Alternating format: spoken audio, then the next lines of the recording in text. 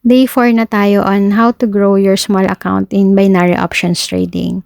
Nag-start ako ng 100 to 20 na ngayon ang balance ko. So, in 3 days, nadoble ko na yung investment ko. Nagtitrade lang ako ng 1 to 2 minutes every day.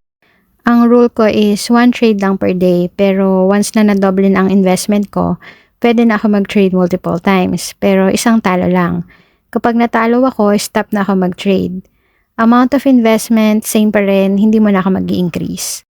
Kapag nagtitrade ako, lines lang ang gamit ko. Hindi ako gumagamit ng indicator kasi ayaw ko ng magulong chart. Gusto ko simple lang. Kapag kasi madaming nakalagay sa chart, no over-analyze ka. So, ayaw ko ng ganon. Most of my trades, lines lang ang gamit ko. So, once na matouch yung mga lines na yan, signal ko yan to enter the market. Multiple trades ang gagawin ko ngayon kasi nadoble ko na yung investment ko. First trade, sell ako sa resistance. Then, in 5 seconds, win ako. Second trade, sell ulit ako. Then, win. Pangatlong trade, in 1, 2, 3, 4, 5, win ulit. Then, next trade, talo na ako. So, stop na ako mag-trade.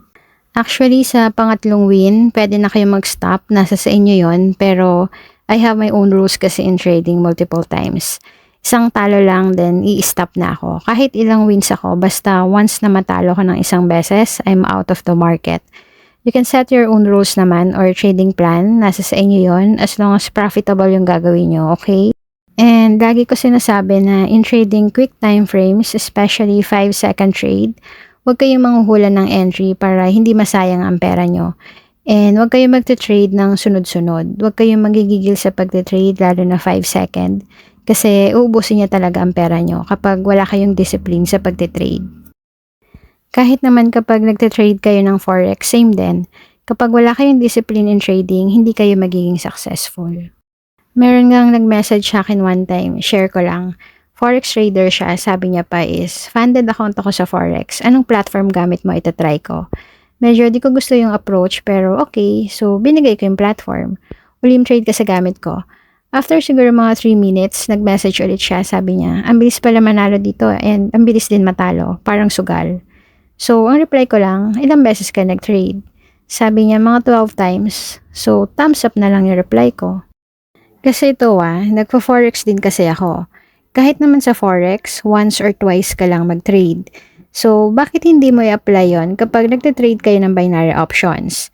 Sa forex ba, nagtitrade kayo ng 12 times a day? Di ba hindi rin naman? Kahit nga 5 times a day, hindi advisable mag-trade sa forex kasi overtrading na yon. Normally, once or twice lang, London or New York session. So, why not apply your forex trading discipline in binary options, di ba? Mostly kasi nangyayari kapag nag-trade kayo on binary options since it's a quick time frame, sunod-sunod rin yung trade nyo. Parang gusto nyo yung $10 nyo maging $10,000 agad ng isang upuan lang. So, hindi yun ganon. Risky yung ganong klaseng trade na gagawin nyo. Unti-unti lang, huwag kayong magmadali. Sa binary options, 1 minute nga lang ang ilalaan mo sa oras mo para mag-profit ka. Pero ups and down din. May talo, may panalo, kaya dapat gumawa ka ng trading plan or rules mo para maging profitable ka in trading. Kasi kung wala kang trading plan, anong ganap nun? Bakit ka pa nagtitrade kung wala kang trading goal, 'di ba? And for those na nagme-message sa akin na sinunod nila yung day 1 ko na 1 trade per day and nadoble na nila yung investment nila. So, nakakatuwa kasi at least naka-help yung video ko sa pagtitrade nyo in binary options.